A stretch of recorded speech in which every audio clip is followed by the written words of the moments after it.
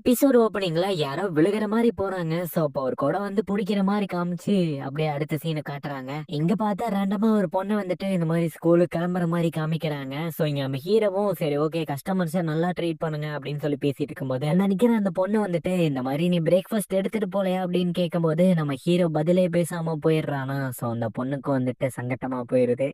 இங்க அந்த ஃபர்ஸ்ட் காட்டுன அந்த பொண்ணை காட்டுறாங்க. சோ ஒருத்தர் வந்து வழி கேட்கறாரு இங்கிலீஷ்ல. சோ இவளும் வந்துட்டு இங்கிலீஷ் தெரியாம ஏதோ வழிய சொல்லி அனுப்பிச்சு வச்சிடுறா.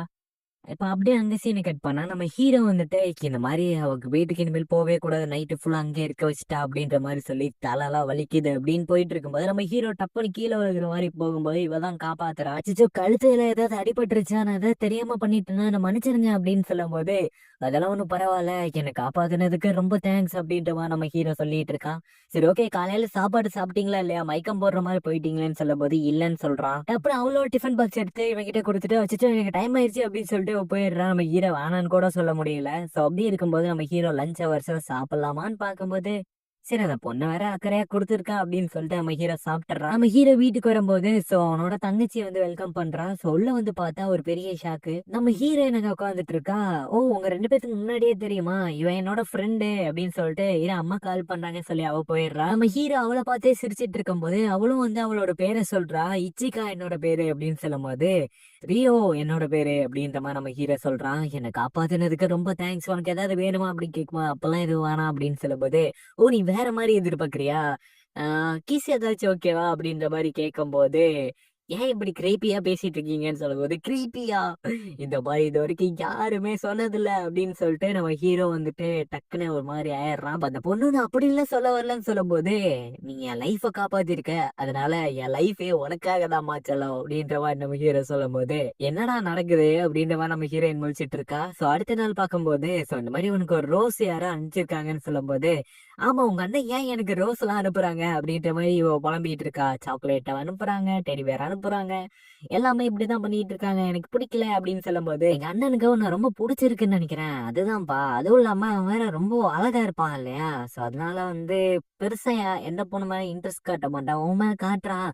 நீ வேணா வந்து அவ்வளவு கஷ்டமா இருந்தா நீ வேணா கான்டாக்ட் பண்ணி வேணா எங்க அண்ணன் கிட்ட பேசுறியா அப்படின்னு சொல்லும் போது நீ இப்ப கால் பண்ணா நைட்டு கால் பண்ணி பேசு அப்படின்ற மாதிரி சொல்லிடுறான். நம்ம ஹீரோட ஆபீஸ்ல டின்னருக்கு வரீங்களான்னு கேட்கும்போது எனக்கு நிறைய வேலை இருக்கு என்னால வர முடியாது அப்படின்னு சொல்லிட்டு வந்துடுறான். அப்போ நம்ம ஹீரோயின் வந்து ஹீரோ கால் பண்ணும்போது யார் இது புது நம்பரா இருக்கே அப்படின்னு சொல்லி அட்டன் பண்ண உடனே நம்ம ஹீரோயினோட வாய்ஸை கேட்ட உடனே இச்சிகா அப்படின்னு சொல்லும் போது என் வாய்ஸ் எப்படி தெரியும்னு கேட்கும்போது உன் அழகான வாய்ஸ் என்னால மறக்க முடியுமா அப்படின்ற மாதிரி சொல்லிட்டு இருக்கான். சரி ஓகே நீங்க தான் இந்த டெய்லி இந்த ரோஸ் எல்லாம் அனுப்புறதா அப்படின்னு கேட்கும்போது ஏன் அஃப்கோர்ஸ் கண்டிப்பா நான் தான் அப்படின்னு சொல்லும்போது எனக்கு அது ரொம்ப டிஸ்டர்பிங்கா இருக்கு அப்படின்ற மாதிரி அவ சொல்லிட்டு இருக்கா.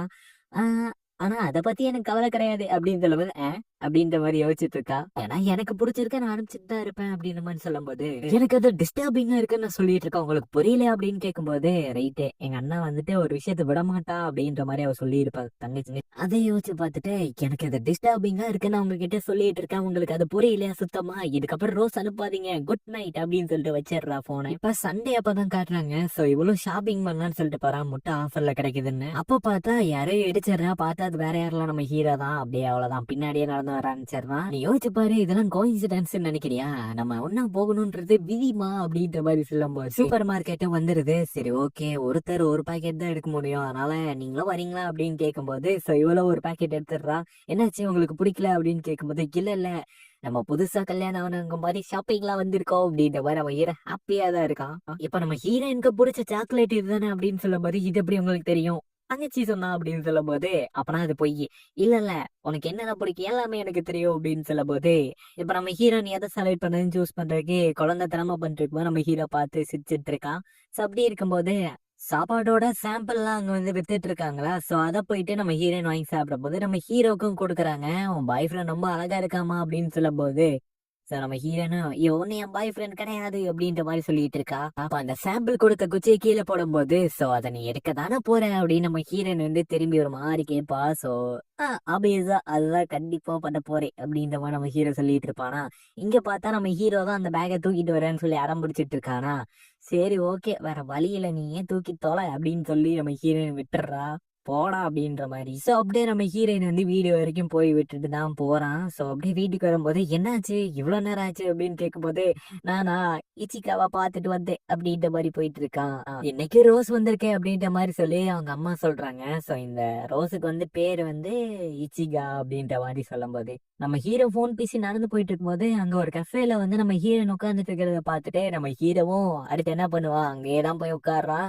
நீ எதுக்கியா இங்க வந்த அப்படின்னு கேட்கும்போது, நான் வந்து உங்க சிஸ்டருக்கு தான் வெயிட் பண்ணிட்டு இருக்கேன் அப்படின்னு சொல்லும்போது, அவர் தங்கச்சியும் சரி இவங்க டைம் ஸ்பெண்ட் பண்றோம்னு சொல்லிட்டு ஒரு 10 நிமிஷம் நான் உங்களுக்கு தரேன் அப்படின்னு சொல்லிட்டு போயிடுறா. எங்க நம்ம ஹீரோயினுக்கு வந்து நம்ம ஹீரோ வந்துட்டு சொல்லி கொடுத்துட்டு இருக்கானா, அவ வந்து சூப்பரா சொல்லி கொடுக்குறேன்னு சொல்லும்போது நம்ம ஹீரோக்கு பயங்கர ஹாப்பியா இருக்கு. சோ அப்படி இருக்கும்போது, உனக்கு ஏதாவது டவுட் இருந்தா கண்டிப்பா என்கிட்ட கேளு, நான் சொல்லி தரேன் அப்படின்ற மாதிரி நம்ம ஹீரோ சொல்றான். அதெல்லாம் தேவையே கிடையாது, நான் உங்க தங்கச்சி கிட்ட தான் படிக்க போறேன் அப்படின்னு சொல்லும்போது, ஸ்டார்டிங்ல நம்ம ஹீரோ ஃப்ரெண்ட ஒருத்தங்களை காட்டியிருப்பாங்களே, சோ அவங்க வந்துட்டு ஹே என்ன உனக்கு சின்ன பொண்ணுங்களை தான் பிடிக்கணும்னு எனக்கு தெரியாம போச்சு, இவன் இந்த மாதிரிதான் உங்ககிட்ட ரொம்ப நல்லவ மாதிரி நடிப்பான் அப்படின்ற மாதிரி சொல்லும்போது, சோ அதெல்லாம் அவங்ககிட்ட போய் யாராச்சும் கேட்டாங்களா அப்படின்ற மாதிரி வந்துட்டு நம்ம ஹீரோ வந்து சொல்லிட்டு இருக்கான். சோ அப்படியே இருக்கும்போது நம்ம ஹீரோயின் டக்குன்னு வந்துட்டு எல்லாத்துக்கிட்டையும் ரொம்ப வலிஞ்சு வலிஞ்சு பேசுவான் அப்படின்றது எனக்கு தெரியும். பட் இருந்தாலும் அவர் என்கிட்ட வந்து ரொம்பவே டீசெண்டா ரொம்ப நல்லவரா தான் இருப்பாரு. அதனால நீங்க அப்படிலாம் பேசாதீங்க அப்படின்னு சொல்லிட்டு போயிடுறா. ரொம்ப கலாய்ச்சிட்டோம் அந்த பொண்ணை அப்படின்னு சொல்லும்போது நம்ம ஹீரோ டக்குன்னு அவ மேக்கப் எல்லாம் கழிச்சு விட்டுறா. என்னடா பண்ணி வச்சிருக்க அப்படின்னு கேட்கும்போது, நீ என்னோட நேரத்தை வேஸ்ட் பண்ணிட்டடி அப்படின்ற மாதிரி சொல்லிட்டு இருக்கான். அவ அப்படி பேசினதுக்கு என்ன மன்னிச்சிரு அப்படின்னு சொல்லும்போது, அதுவும் இல்லாம அங்க நீ எனக்கு சப்போர்ட் பண்ணது ரொம்ப பிடிச்சிருந்துச்சு அப்படின்னு சொல்லும்போது, நான் எனக்கு தோணுனதை சொன்னேன் அப்படின்ற மாதிரி சொல்றா. நம்ம ஹீரோக்கு ஹாப்பி ஆயிருது. நான் வேணா வீடு வரைக்கும் உன் கூட நடந்து விட்டுமா அப்படின்னு கேட்கும்போது, எதுக்கு நீ என் கைய புடிச்சு நடந்து வரக்கு தானே கேட்டிருக்க. ஆமா கண்டிப்பா அதுக்கு தான் கேட்கறேன் அப்படின்ற மாதிரி நம்ம ஹீரோ சொல்லிட்டு இருக்கான். சோ இப்படியே இந்த இடத்துல இந்த எபிசோடு முடியுது கைஸ்.